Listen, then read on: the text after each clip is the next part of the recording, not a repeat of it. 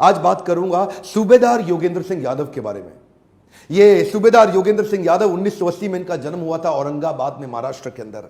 ये टाइगर हिल पे जो सबसे क्रिटिकल लड़ाई हुई थी ना कारगिल वॉर में, उस क्रिटिकल लड़ाई में इनका सबसे बड़ा कंट्रीब्यूशन रहा है, जिसके कारण इनको परमवीर चक्र से सम्मानित किया गया। मैं चाहता हूं पूरे देश को उनके बारे में पता चले। ये यंग लड़का उस समय सूबेदार, तब 16,500 फुट की खड़ी पहाड़ी जो बर्फ से पूरी ढकी हुई, जिसके ऊपर पाकिस्तान के बंकर, उनके आर्मी की सेना का कब्जा वहां पे ट्रूप्स का था। हमारे देश की जीत के लिए ये इतना क्रिटिकल, अगर टाइगर हिल की पहाड़ी की चोटी हमारे कब्जे में नहीं आती, हो सकता है हम कारगिल का युद्ध हार जाते। इसलिए वॉलंटियर किया।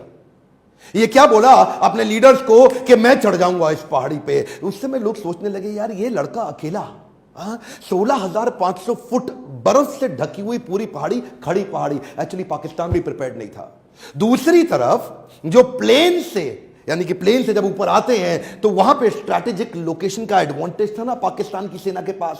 कोई नीचे से सामने आएगा तो ऐसे उड़ा देंगे उसको, लेकिन वो सोचे नहीं कि पीछे खड़ी पहाड़ी से भी कोई आ सकता है, और वहीं इसने वॉलंटियर किया, अपने साथ कुछ लोगों को लिया। दूसरी तरफ से सुबह 4 बजे कंफ्यूज करने के लिए फायरिंग हुई तो सेना का वहां ध्यान गया, लेकिन पाकिस्तान की सेना बड़ी स्मार्ट थी। उन्होंने कहा पीछे भी जाकर के देखो कि कवर करने के लिए कोई पीछे तैयारी तो नहीं है, और इसका 60 फुट बचा था योगेंद्र सिंह यादव का, कि ऊपर से पाकिस्तान की सेना को पता लगा तो उन्होंने इनके ऊपर गन फायर करनी शुरू कर दी, और एरियल गन फायर से 3 गोलियां लाके इसके कंधे के पास लगी। ये रुका नहीं, ये वही रात के समय बर्फ के बीच में अपनी मजबूत पकड़ बनाए रखा और धीरे धीरे चढ़ता रहा। रात भर धीरे धीरे चढ़ता रहा। जरूरी नहीं जो सारी रात जागता हो वो आशिक ही हो सकता है अपने देश के लिए मरने मिटने वाला सिपाही हो। ऊपर चढ़ गया, और चढ़ा, ना केवल चढ़ा, उसके बाद पहला ग्रेनेड फेंक के इसने दुश्मनी बंकर को उखाड़ दिया, दूसरे ग्रेनेड से दूसरे बंकर को उखाड़ा। इतने में पीछे से सेना की हमारी दूसरी टुकड़ी आ गई इसको सपोर्ट करने के लिए। दूसरे राउंड में लड़ाई चालू हुई। 16 गोलियां लग गई इसको, और 16 गोलियां लगने के बाद पूरा शरीर छल्ली छल्ली।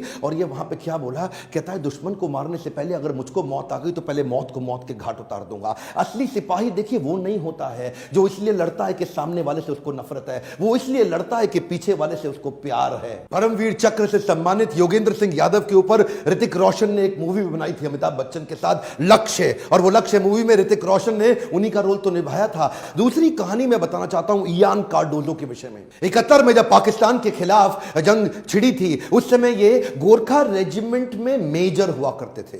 गोरखा रेजिमेंट के मेजर दिल से बहुत साहसी, शरीर से बहुत शक्तिशाली, और जब निकल पड़े एक दफा लैंडमाइन, एक बारूदी सुरंग फटने से इनका एक पांव फट गया।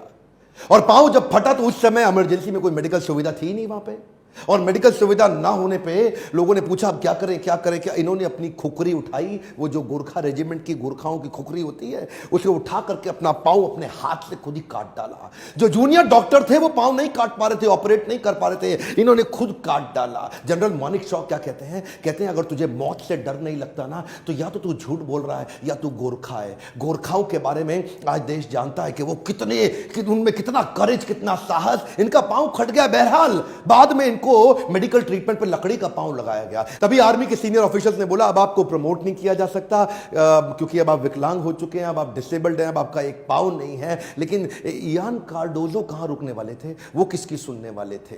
लकड़ी का पांव लेकर के अपनी फिटनेस को बिल्ड करने में लग गए, और बोले कि जिसके पांव है ना दोनों, उसके साथ मेरी रेस लगवा दो, मैं उसको हरा दूंगा। और वही हुआ। वो लकड़ी का एक पांव लेकर के इतना तेज भागते कि जो बिल्कुल मेडिकली फिट है उसको भी पछाड़ देते। एक दिन अपना चेकअप कराने के लिए 6,000 फीट की पहाड़ी पर चढ़ के हेलीपोर्ट पे सीधा जाके पहुंच गए। बाद में उनकी परीक्षा सेना प्रमुख टीएन रैना ने खुद ली। उनको क्या बोला, लद्दाख की बर्फीली पहाड़ों पे मुझे चढ़ के दिखाओ। और लद्दाख की बर्फीली पहाड़ों पे जब उन्होंने चढ़ के दिखाया तो ये एकमात्र ऐसे सैनिक जो देश के अंदर डिसेबल्ड होने के बावजूद मेजर जनरल की रैंक तक पहुंचे। साहस उसे नहीं कहते कि आदमी चलता रहे, साहस तो उसे कहते हैं कि अब चल नहीं सकता लेकिन फिर भी चलता रहे। ये शरीर की ताकत से नहीं होता, ये आत्मीय बल से होता है, जिसको हम बोलते हैं बिलीफ सिस्टम। आपको याद है ना विक्रम बत्रा के विषय में, वीडियो लंबा ना हो जाए तो अगली वीडियो में विक्रम बत्रा के विषय में जरूर बताऊंगा। कैप्टन विक्रम बत्रा क्या बोलते हैं, वापस लौट के जरूर आऊंगा अपने पिता को बोले, या तिरंगा लहरा के आऊंगा या तिरंगे में लिपट के आऊंगा, लेकिन वापस जरूर आऊंगा। एक्चुअली जो दुनिया भर के देश है ना, वो अपने आर्मी का बहुत सम्मान करते हैं। हमारे देश की आर्मी जितना सम्मान डिजर्व करती है हम भूल गए हैं उनको। फ्रांस की आर्मी के बारे में देखिए, सेकेंड वर्ल्ड वॉर में जो लोग शहीद हुए ना फ्रांस की सेना से,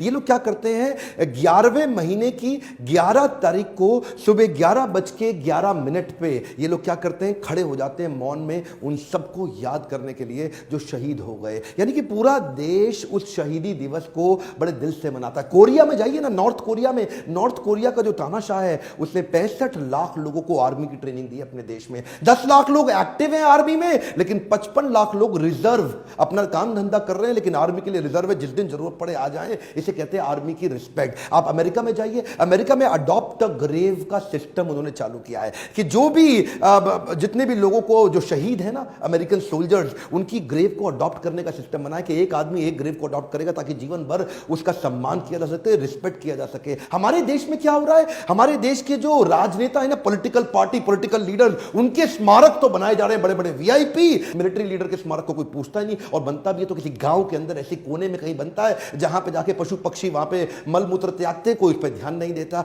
मैं ये पूछना चाहता हूं, आपके बच्चे देश के पॉलिटिकल लीडर से ज्यादा सीख सकते हैं या मिलिट्री लीडर से? अगर आपको लगता है कि मिलिट्री लीडर्स का सम्मान होना चाहिए तो उनके स्मारकों को बड़ा करने के लिए आवाज उठानी चाहिए। इस वीडियो को फैला दीजिए देश में ताकि मिलिट्री लीडर्स के प्रति और सम्मान और रिस्पेक्ट बढ़ सके। अगर आप किसी आदमी को जानते हैं जो देश की सेना में काम करता है, उस तक ये वीडियो पहुंचाइए, उसका भी सेल्फ एस्टीम बढ़े। जब जब एक मिलिट्री लीडर को देखो, खड़े होकर के उत्साह से ताली बजाओ। जब भी आप किसी मिलिट्री के आदमी को देखो, मुस्कुरा के उसका स्वागत करो और उसके लिए ताली बजाओ, उत्साह बढ़ेगा उनका।